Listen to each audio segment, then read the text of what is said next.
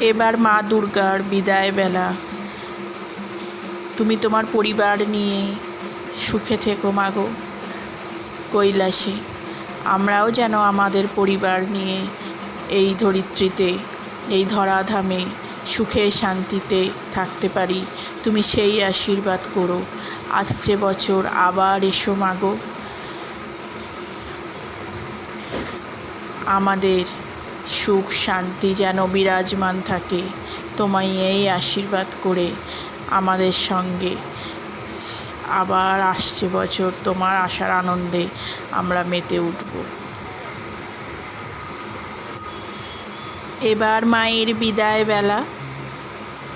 মা দুর্গা, দুর্গতি নাশিনী, তুমি ভালো থেকো কৈলাসে তোমার পরিবার নিয়ে।